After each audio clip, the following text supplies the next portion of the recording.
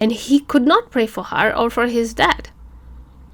If he cannot save his own parents, are you sure he's gonna save you? Hello family, I hope you're doing well. Welcome to this new episode of my channel. And today's episode is very interesting. I will be looking at mothers of both prophets, Jesus and Muhammad. So let's start. A little bit of background here. I recently uploaded a video where I am generally, the video title is the West Skilled and Middle East's Victim Mentality, and I am mainly talking how Christianity is bringing people together. It is based on love and family, like family is at heart of Christianity, whereas Islam is always dividing families apart by separating them, like schools, male, female separate, girls school, boys school, buses, male, female separate, funeral, male, female separate, wedding, male, female separate. So they're dividing the families apart, and how it affects it, like how much it is affecting every family. But in that video, I will add the link in the description. If you haven't watched it, I will recommend you do watch it. In that video, someone is commenting constantly Timothy 2:11, where he's saying like women should be quiet and it should be in submission. The point they're trying to make is that Christianity is treating the woman same as Islam is treating women. That is like completely wrong. So my take on that video was on the families, but since you have brought women into it, so challenge is accepted, and that's why in this video I will be talking about women, and especially the mothers of prophets. Before I jumped in there, let me make this Timothy point clear. So gospel, we have the first 4 gospels, which is the eyewitnesses account of how Jesus lived, talked, and did miracles and everything.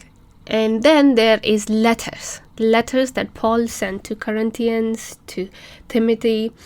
And when they're sending letters, there are cultural aspects that come into play, and also the situation and people. So when you're reading a letter that was sent to someone else, you need to keep all of that into account before you make your full judgment. For example, if I send a letter to you, 786 AHA, if I send a letter to you today and I say that you are a liar and everybody should tell the truth, thousands of years from today, year 3000, somebody opens the same letter. From that letter, it's implying that you, 786, is a liar. If someone is reading it in 3000, it doesn't mean that that person is also a liar. It doesn't mean that. That doesn't apply to that person. It only applies to you. But everyone should tell the truth part will apply to you and her and everybody. So, women's position in family and in Christianity and everywhere is not very clear if we read just the letters. So in order to get clarity into that matter, we will go back to the eyewitnesses account and see how Jesus treated women. And Jesus always had women in his ministry. And here you see Jesus' mother. This is like from the recent drama that's based on Jesus' life. This Mary Magdalene and the Samaritan woman. They were all part of Jesus' ministry. They were working for him, for the finances of the ministry were taken care of by the woman, and they were always by his side. And when Jesus went in the well, the lady of the well, and he was talking to her, Jesus revealed himself to her, that I am the one you're talking about. I am the Messiah. And she went running and she told everyone. So the woman left the jar, went back to the town and said to the people, come and see the man who told me everything I ever did. This could this be the Christ? So they left the town and they made their way towards Jesus. So she evangelized about Jesus to everyone. And Jesus didn't stop her. Like, no, you are a woman, you shouldn't evangelize, you shouldn't say nothing. She went there. And Jesus talked to her. He wanted her to do it. And women were always part of his ministry. And if we see Jesus' mother, he was with Jesus from his birth until his crucifixion, until his death. Jesus' mom was always with him. So Jesus experienced that unconditional love from a mother. And in his ministry, we can see that love shining. And that's why there is so many women priests in the world. There are women evangelists.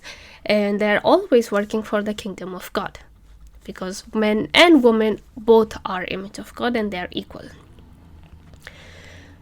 Now, if we look at Muhammad, his mother died when he was little, and even when she was alive, she gave Muhammad to someone else, which is called Dai, a nanny who would feed the baby and look after the baby with her children somewhere else other than their place.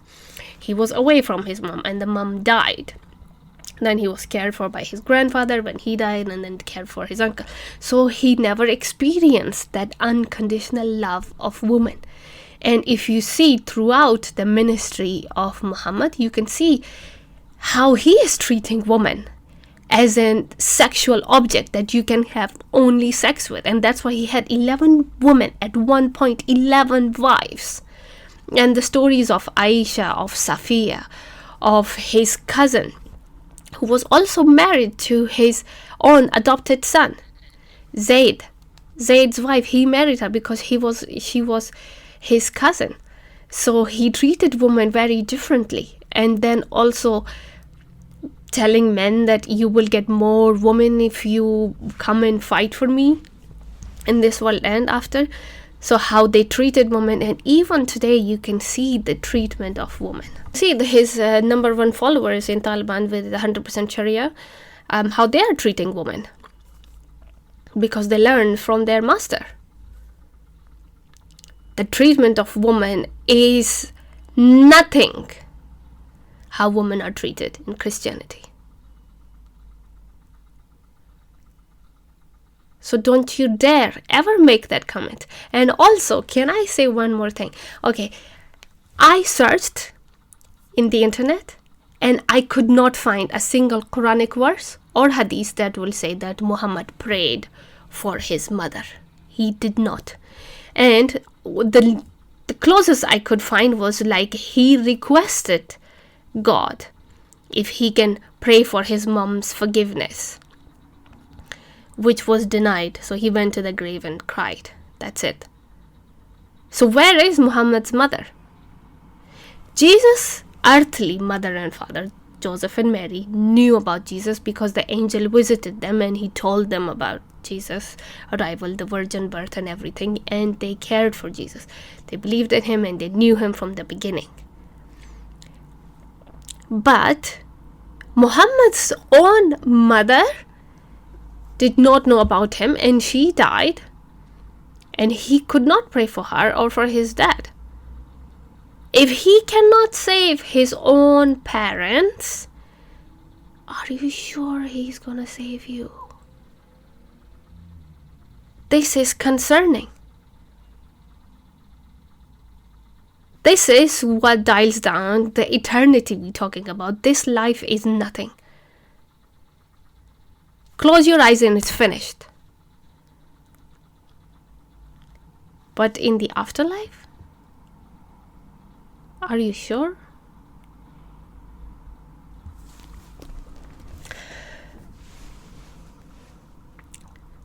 So that's it for this video, ladies and gentlemen. Please like, share and subscribe to the channel. It helps me a lot.